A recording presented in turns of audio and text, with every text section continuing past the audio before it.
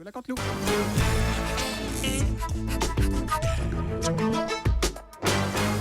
C'est presque de l'info, c'est la revue de presque de Nicolas Canteloup. Et c'est notre ami Nikos qui est avec nous aujourd'hui. Vanity Fair. Ah, Nikos. Ouais. Nikos. Ouais, ouais, Vanity Fair aussi. Vanity Fair, pourquoi pas.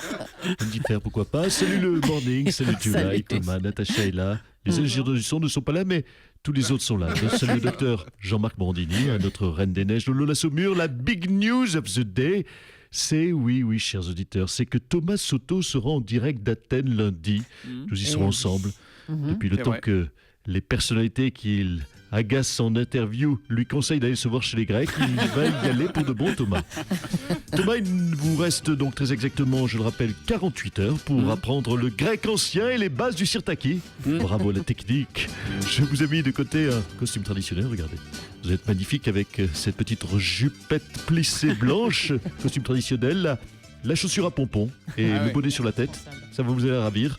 Je suis impatient de voir ça. Allez, petite page autopromo, mes invités du week-end sont... Alors, Je reçois le chanteur Winston, Charlie Winston.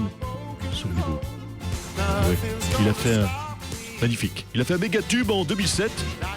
Like a Bow. Et depuis 2007, il fait des chansons. Il devrait refaire des tubes. C'est mon conseil carrière. Voilà. Et puis nous recevons également notre amie Anne Roumanoff qui viendra pour un spectacle très certainement inspiré par une soirée aux chandelles. Aimez-nous les uns les autres. Les chandelles, c'est le club, pas le dîner romantique. Hein, je précise. on avait bien compris, oui. Oui, je vois que vous êtes une habituée, Julie. Pas du tout alors, non. C'est un club échangiste, c'est ça? Je crois, je ne sais pas. Demandez à Thomas. Elle sera. Elle le fait bien, le c'est ça. C'est ça. Oui, c'est ça. Ouais, c'est ça. Notre amie Anne Roumanoff, donc elle sera le 2 février à l'Olympia, mais c'est archi complet, donc ça sert à rien que je vous le dise. Marc Lavoine viendra nous présenter son livre L'homme qui ment. Oui, Marc Lavoine sait tout faire. Il est acteur, il est chanteur et maintenant auteur. Heureusement qu'il a un physique ingrat et qu'il ne plaît pas aux femmes, sinon il serait agaçant. Allez, tout de suite, les titles of the news of today. Wow. Allez, Nikos, on vous écoute. Avec la mort du roi Abdallah, 91 ans, alors bien sûr c'est triste pour la famille, mais une petite consolation quand même, au moment de la lecture du testament d'un roi du pétrole chez le notaire, ça doit quand même ressembler au tirage de l'euro-million. Pour ceux qui sont Ah oui. dessus, eh oui, on est triste, mais avec 16 milliards d'héritage, on sèche ses larmes plus vite. Et puis Nicolas Sarkozy au 20h de France 2, il y a 2 jours. Vous vous rendez compte, il y a 2 jours déjà, le temps passe. C'est mon côté philosophe grec. C'était chaud, Nicolas Sarkozy contre David Pujadas. Je croyais que le combat de nains était interdit en France. Oh, allez. Oui, parce que c'est facile, je sais, facile, Vraiment, Natacha, oui, mais on ouais. est crevé. Alors, on a regardé Nicolas Sarkozy chez Pujadas, et finalement, c'est vrai que Sarkozy a changé. Bah si, Nicolas Sarkozy qui parle une vingtaine de minutes sans être rémunéré, ça, c'est un vrai changement. Là, là. Excuse médiatique après les polémiques le concernant, Philippe Tesson a déclaré « Je regrette mes propos sur les musulmans, mais je persiste sur le fond ». Alors ce qui est bien avec Fifi Tesson, c'est que quand il trompe sa femme, il doit lui dire « Je suis désolé de t'avoir trompé, mais sur le fond, je persiste à dire que c'était mieux qu'avec toi Oh là là, arrêtez. ». C'est pratique. Et puis Justice, la chanteuse Jackie Quartz, souvenez-vous Jackie Quartz. Vous vous souvenez Jackie Quartz? On a un petit extrait peut-être. Bien sûr. Voilà, Jackie Quartz, que de souvenirs. Elle est condamnée à 6 mois de prison pour avoir frappé sa mère de 88 ans. Oh là là. Ouais, en fait, elle lui a fait juste une mise au point, mais dans sa gueule. Voilà, pas mieux. À toi, Julie. Ah bah c'est bien, bravo Nikos, bravo. Tu viens en Grèce ou pas? Hein? Tu viens en Grèce, Julie, ou pas? Ben non, je viens pas, non. Ah. Malheureusement. Bon, écoute, on te ramènera quelque chose. Allez, Nicolas Sarkozy Je t'en était prie. donc mercredi soir aux 20h de France 2. Salut Nikos. Monsieur Sarkozy, vous avez refusé de commenter votre comportement au cours de cette fameuse marche. Vous êtes passé du 3e rang au premier, tout le monde l'a vu. Hein. Oh, écoutez, vous n'allez pas vous y mettre vous aussi, franchement. Mais tout ça, c'est de l'amour, c'est de la politique, la politicaillerie. Hein, c'est des coups, quoi, de la politique cougnette, de bas étage, de la politique cougnagna, la de politique hein, ouais, franchement, oui, je fais Louis de Funès en 2e langue, monsieur Morandini. Ça va? Alors, vous avez demandé des mesures fortes de lutte contre le terrorisme, notamment qu'avec les heures supplémentaires, les policiers travaillent plus. Oui, les policiers, je le dis, pardonnez-moi, mais je trouve qu'ils ne travaillent pas assez. Vous savez, on peut dire ce qu'on veut des terroristes, hein, mais au moins chez Al-Qaïda, ça bosse. Hein, les gars sont debout oui, mais ils sont debout à 6h du matin, ils sont motivés. Un djihadiste, ça se tue au travail. Oui. Hein. Ils passent pas leur temps à réclamer des RTT pour faire des barbecues. Al-Qaïda, je suis désolé, Al-Qaïda, au niveau boulot, ça file droit. En tout cas, M. Sarkozy, vous avez sonné la fin de l'unité nationale en critiquant Manuel Valls.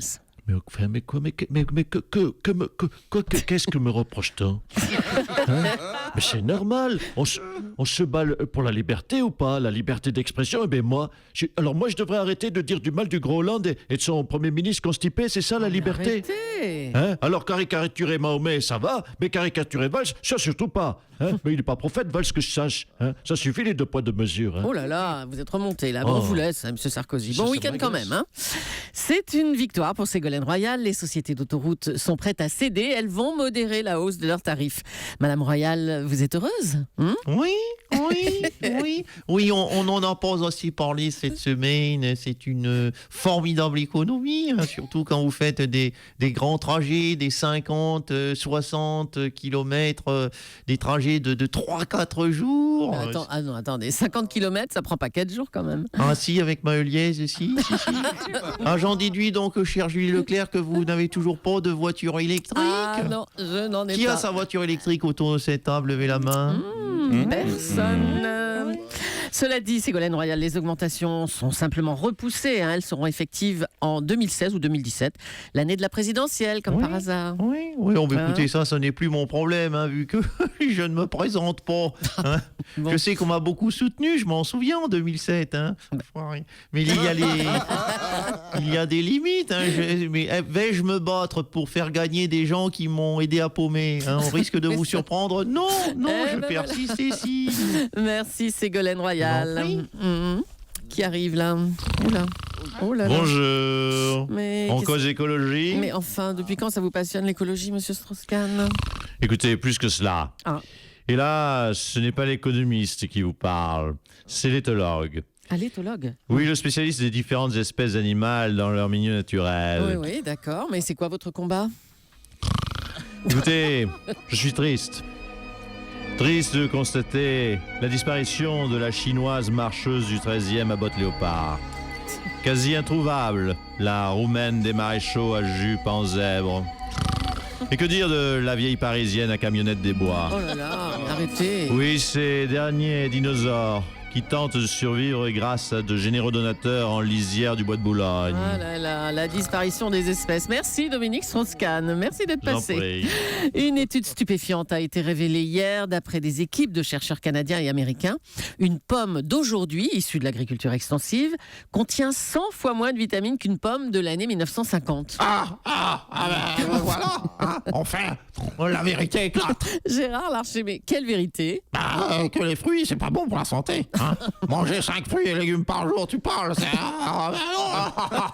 mais c'est pas ça la solution. Mais alors c'est quoi la solution?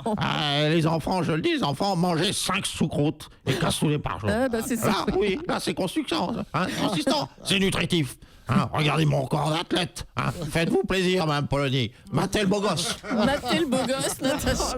On sent que je suis bien nourri, hein, plein de vitamines et d'huile essentielle. Monsieur Soto, Oui. vous pensez à me ramener de la feta? Avec plaisir. Merci, monsieur Larcher. Ce soir sur TF1 a lieu le QI, la France passe le test. QI, la France passe le test, hein, c'est le titre de cette émission dans laquelle les Français testeront leur quotient intellectuel. Jean-Marc. Oui, c'est ça, ouais. Oui, Julie, aujourd'hui, dans le grand bordel des médias, de l'actu, des crêpes Suzette, des audiences, des tourne-disques, du bricolage du poney, des housses de couette, de l'épilation laser, de la politique, de la salade de fruits, du virus Ebola, et de la tartata. Nous reviendrons sur ce grand test de QI organisé par TF1. Alors, cette grande soirée va-t-elle vraiment servir à découvrir les Français les plus intelligents, ou alors n'est-ce pas plutôt le plus grand casting de télé-réalité de l'année? Ceux qui auront un de QI iront-ils directement sur NRJ12? Les intellos qui auront de 10 à 30 de QI seront-ils candidats à Secret Story directement? Toutes ces questions et aucune réponse, c'est dans le grand bordel du bazar des médias. Oh non. Qu'est-ce qu'il y a? Roger Federer. Mais non, c'est quoi cette défaite contre Seppi au 3e tour là, en Australie? Roger. M'en parle pas, Thomas. Ouais. C'est la honte, Thomas. J'ai perdu contre un Italien au tennis. Non, mais perdre contre un Italien au tennis, c'est comme perdre comme un manchot au volleyball ou contre un non-voyant au tir à l'arc. Hein. Ah non, ce matin, j'ai vraiment la honte, Thomas. Ouais. Quoique ça aurait pu être pire, hein. J'aurais pu perdre contre un Français. Hein. C'est un peu de ta faute aussi, Thomas. pourquoi? Ah, si t'arrêtais de m'appeler tous les jours en pleine nuit, j'aurais peut-être un peu plus la forme.